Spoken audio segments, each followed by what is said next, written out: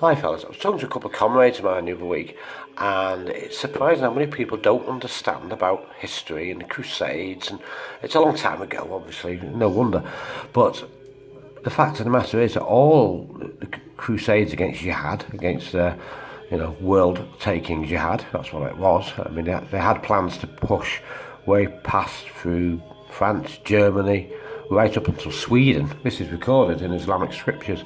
It was all the Christian Crusades, the first, the third, both the successful and the unsuccessful ones, were completely a Catholic affair. People went to fight to defend their lands, to defend their faith.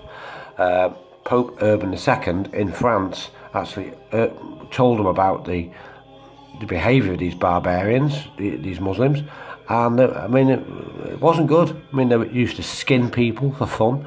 It's in the Quran, they used to routinely take everybody's children from any village or city they found. They used to take them as sex slaves to sell to old weirdos.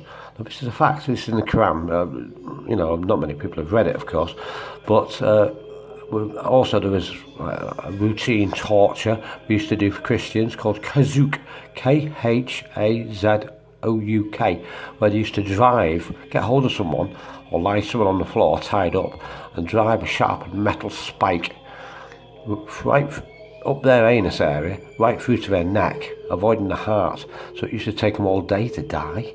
This was deliberately, this is largely what Islam has contributed to humanity: suffering, torture, and have you. I mean, I just want to make the point that, a couple of friends of mine who I think are Protestant-based, or agnostic-based, really didn't understand that, like, in the first engagement, which was in France in the Battle of Tours in 727, I think, a load of Frenchmen and Germans asked the Pope of the day, for a load of gold. They were a mercenary army, and they were a tough, successful little army, and the Muslims, the Jihad, were already in southern France. They had control of part of the Champagne region, where we now know as Boulogne, I think it was, and right down in the south. And this is actually, by this time, don't forget, the Catholic Church had lost huge tracts of land, had lost like 2/3 of the land. All of Palestine, Syria, Iraq, Tunisia, all these lands used to be Christian. You'd be shocked at that. Yes, in fact,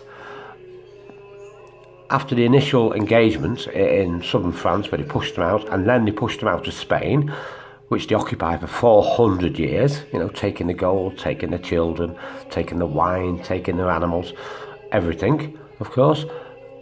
We then pushed them out of Spain. The whole Middle East was Christian for 600 years, until the likes of Richard I there. Very proud of this in England. You'll notice on all our flags, so we're mad about flags in England, or we used to be.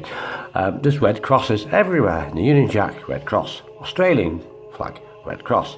I think in the old Canadian flag, red cross. This red cross refers to the fact that the only people that tried to reclaim Christian lands and push these Muslim barbarians back, largely, were England and France.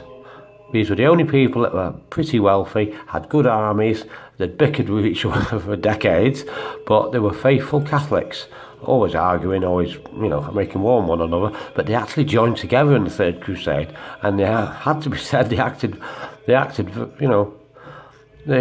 actions were very successful. Richard's army had 10 consecutive victories over Saladin's army because they were scared of him. They thought they had Jesus Christ behind them, and a lot of the soldiers, they believed it, or they certainly professed to believe it, and they're still revered today all over the country. There's cathedrals, churches named after them, and of course, outside the Houses of Parliament, you will find the statue of a king on a horse, and that is King Richard I, and we're still very proud that he was the only one that led it, and as I say, King Philip II of France joined in.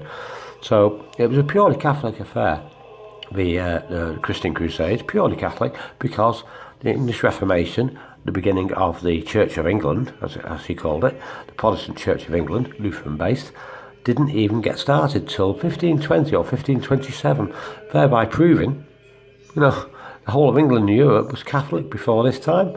So it just proves it, doesn't it? Up until King Henry VIII's reign in the 1500s, we were entirely a faithful Catholic country, under the authority of Rome.